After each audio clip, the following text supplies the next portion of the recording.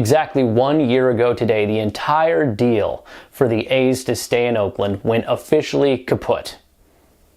Oakland Mayor Sheng Tao pulled out of negotiations with the A's during a scheduled negotiation summit after Dave Kaval, the A's president, and later A's owner John Fisher, called her to let her know that there was going to be a leak coming out, that they have acquired a binding land deal in Nevada for the Wild Wild West site.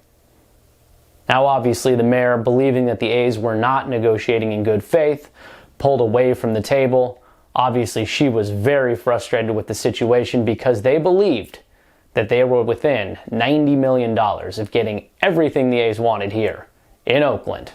Howard Terminal, a ballpark, residential, commercial real estate, everything figured out. The port, the city, they were even going to try to step up even more with the A's to try to get that number even lower than 90. But once that deal was announced in Vegas, it was off. 6 p.m.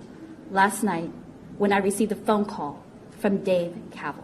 Heads up, we have a land deal in Las Vegas in mid-negotiations. The closest we've ever been to landing a deal. So when a surprisingly chipper Dave Kaval called the mayor and later several other Oakland politicians to let them know about this binding land deal, and yes, I've heard the voicemails left, very chipper, I'll spare you those, it was over. There was no negotiating in good faith with a partner that doesn't want to get a deal done here. So a lot has happened since then. It has been an absolutely crazy 365 days. I can't believe it's actually been a year since all this blew up. The A's started with the Wild Wild West site. That's where they had the binding deal. About 2 weeks later, they moved it to the Tropicana site.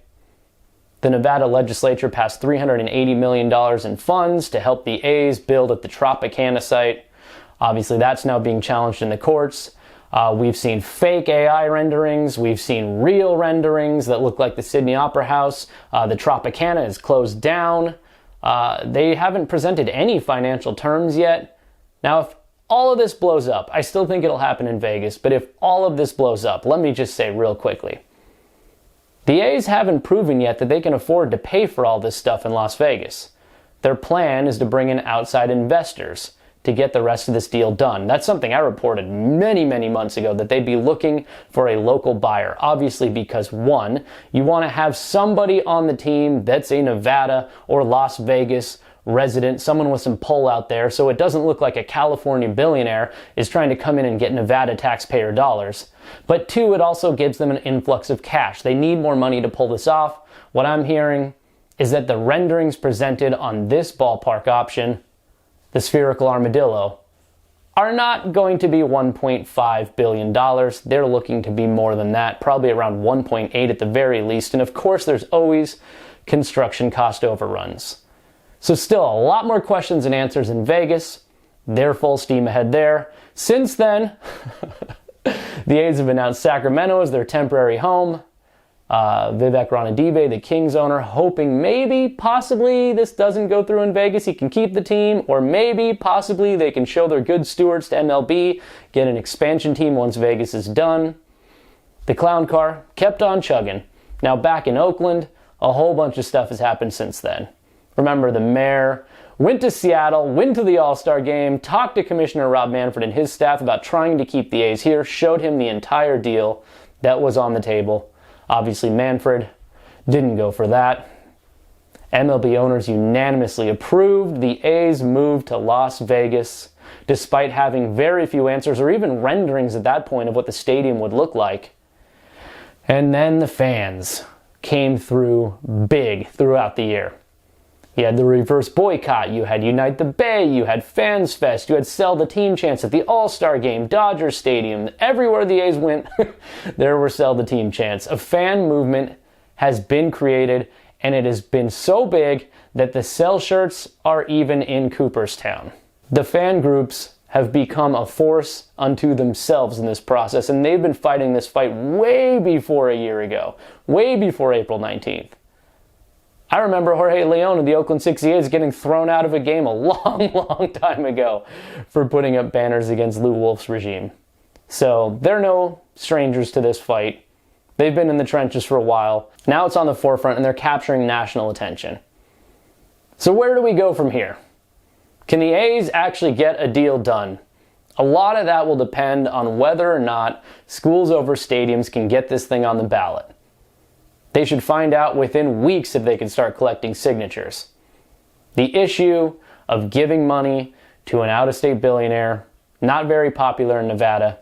If they get it on the ballot, it could be bad, bad news for the A's and their hopes, thus hindering their ability to get investors and being able to pay for this entire project. So there's a lot going on, still a lot cooking, but it's impossible to believe that it was a year ago. I remember exactly where I was sitting when I first saw the Nevada Independent story, and then I called the A's, then I called the mayor's office, and then I didn't sleep. And then I was on TV literally all day the next day, trying to process everything in real time as it happened. You hinted at it a little bit here, and everybody wants to know who's to blame. Is there finger pointing that's legitimate in this case? I'm going to tell you who's not to blame first, right? The fans. Yeah, of course. Fans are not to blame in this. Course. The fans were mistreated. The A's traded off their players. They did not spend on the team. They threatened to leave. The fans are not to blame. The A's ownership, it starts at the top and it ends there. What was interesting about the whole thing, I got a statement from the A's right away. I had set up an interview for the next day with Dave Kaval. I set up an interview with the mayor in the mayor's office the next day. I ended up talking to the mayor's office. I never ended up talking to Dave Kaval. He ghosted me after that. Didn't talk to him again till opening night a year ago, and then once again in Sacramento when we finally caught up. So it's been a crazy, crazy year. I think that there's going to be a lot more crazy years ahead. But for me, this saga, as it seems to be winding down, is really only just getting started. There are still so many twists and turns for this thing as we go forward. And we'll keep an eye on all of it, because it is just plain crazy. Don't forget to like and subscribe.